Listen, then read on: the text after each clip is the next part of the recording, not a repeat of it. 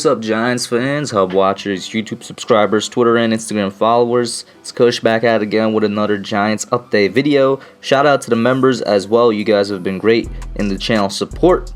Today's vid, kind of an obvious topic, but Adoree Jackson and the possibility of the Giants signing the former first-round pick of the Tennessee Titans, who surprisingly hit free agency this offseason. So, as you all well and know, Saturday we managed to lock up Kenny Golladay after his extensive, long 3-day visit with the Giants. Well, people say it was his agents really that were there for 2 to 3 days, and Kenny was just there for the last one to maybe talk contracts or something like that. Whatever the case may be, the Giants took their time with Kenny Golladay. They did a thorough, interview with him, and I'm guessing a thorough background search and whatever. They were calling up former coaches, former teammates of him. They really want to know if Kenny wouldn't just be a scheme fit, because he is a scheme fit, and on the football field, on paper, he's a complete fit with the Giants, but they want to know if he's going to be a culture fit as well. That's why it took so long. Now with Adoree Jackson, he has been meeting with the Giants since last night, Sunday night, and we have no idea how long his meeting is going to be. I don't think it's going to be as long or as necessarily as extensive as Galladay's was, because Golladay was the big prize. He was the big fish in free agency, $72 million. He's the guy that you really want to do your research on. The Giants, I'm sure, are going to do their due diligence here. You know what I'm saying? Joe Judge is definitely going to get into Adoree, definitely going to see what kind of player he is inside and outside the locker room, on and off the field. Joe Judge, Dave Gettleman, Kevin Abrams, they've been doing a great job, so I trust them to do what they do moving forward. I don't think it's going to be that long, though, for a couple of reasons. One, because of the fact that, once again, he is not the big fish like Golladay was, right? Or maybe I'm wrong about that. Maybe this goes 3 days as well. But another reason is because he does have plans to meet with the Eagles after meeting with us. And depending on what day he's set to meet with the Eagles, he's going to have to wrap up his meeting with the Giants soon. Now, the hope is, of course, that he never goes to meet with the Eagles, and that after his meeting with the Giants, he just signs the contract right there. He just goes, pen to paper, puts his name on the dotted line. His agent works things out. That's the hope. They just prevent that trip down the I-95 to go and sign with the Eagles. But if he does still want to explore his options, he does have a time limit with us before he has to go down there and meet with the Eagles. I'm sure the Eagles are another NFL organization. I'm sure they set a date in mind, and they want to get with him on that date. They don't want to delay anything. And if Jackson is really seriously considering all offers, he wants to meet with them on that date as well. But it all depends on how this meeting goes down, right? Now, we saw on an Instagram post, I believe, that was it with a Giants post or an NFL post or something, that was basically talking about Adoree meeting with the Giants. His marketing agent, not his agent, a lot of people are kind of mixing it up. If it was his agent, then yeah, 100%, I'm saying it's a done deal. He's coming to the Giants. But his marketing agent commented basically on a Giants-related post saying just wait and see, or something similar to that, right?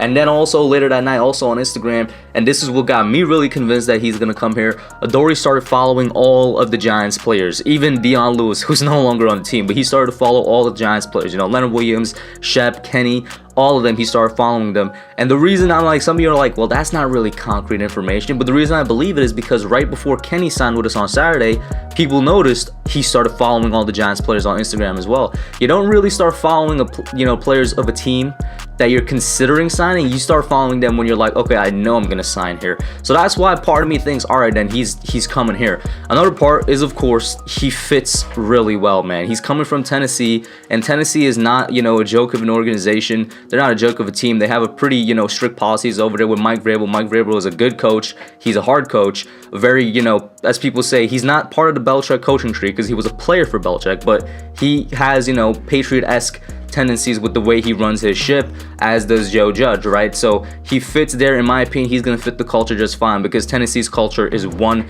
that's very respectable in the NFL, but also he's going to be a great corner number 2 for us, all right? We have one of the best number 1 corners in the league in James Bradbury. In my opinion, top 5 corner based off of his performance last year. In many people's opinion, he's definitely a top 10. He's one of the best corners in the league. That corner number 2 spot has struggled throughout the entire 2020 season as we try to fill it in with guys like Isaac Yiadom, Julian Love at one point, and I'm forgetting the third person's name, the guy who I thought would earn the job, not Yiadom, but he came in for Yiadom when Isaac was out with an injury. Either way, we never really got that corner number 2 spot solidified, and teams always exposed it. You know, they would always use their second receiver, or on, you know, times and snaps where for some reason their first receiver was guarded by our second guy, to expose it, and that's how the passing game for them really got going. You know, it was through that second corner spot, occasionally through the slot, but I got faith in Darnay. I think everybody has faith in Darnay Holmes. So he comes in and he becomes, you know, our second corner number 2. I think we automatically have one of the best secondaries in the league. This is a guy, for a reason, that was taken in the first round. He has tons of potential. I mean, he's already he's an above average corner as is. Like, let's not pretend he's not an above average corner. He's an above average corner, and he's gonna absolutely excel in that second spot going up against second wide receivers. A duo of him and Bradbury is gonna be a lockdown defense. And then you talk about the trio of him, Bradbury, and Holmes. The NYPD is back. You know, the New York pass defense, it's back. I think we have one of the best secondaries in the league if we get Adoree Jackson. Even if we don't get him, you know, my thought process was always we're going to get one in the draft. The NYPD is going to be back anyway. We have currently, a lot of people underestimate this, we have one of the better secondaries in the league right now as it stands, with James Bradbury, Darnay Holmes, Jabril Peppers, Logan Ryan, and Xavier McKinney. You add in a legitimate number 2 corner, and once again, he's going to be one of the best number 2s in the league. You have one of the strongest secondaries in the league. Let's not forget, the Giants were the 9th best overall defense last year, and in terms of pass defense, I'm pretty sure we were in the top half of the league, top 15, top 16. This makes it that much better because each position is solidified. Every position is solidified. Outside corner 1, outside corner 2, slot corner, free safety, strong safety, and we run a 3 safety set. You know what I'm saying? So everything is set. That just does so much for us, you know. That helps out the pass rush, it helps out the linebackers, it helps out the entire defense, and it just makes it that much better. That's why a lot of people are so excited by this. Another reason is because the way that they broke up the Kenny Golladay contract, which I didn't really speak about in the video. I guess I'll throw it in here. He's only making $4.5 million this year. An incredible genius way of structuring his contract. He averages $18 million a year, but the Giants backloaded it so that he's only making $4.5 this year, both to help out our cap space and, in my opinion, to leave space for another signing like Adoree Jackson. Now, whether it's a 1-year prove-it deal or, you know, a 2-3 year multi-year deal, he's not going to be making that much this season. I think at most he's probably going to make like $6-7 million, and his market value is probably around that as well. We have space to do it. Now, if you're going to spot right now, I'm pretty sure we're in negative cap space, but the Giants have shown that they're healthy with the cap and they can really make space if need be. And that Kenny Golladay contract was proof of it. I think we could afford him for sure. I really do think we could afford Adoree Jackson. Do we have to cut some players and restructure guys to make that space? Absolutely. But he's not going to be an expensive guy. That's why people are so excited. And then, of course, you got the entire secondary trying to recruit this guy. Jabril Peppers is trying to recruit him.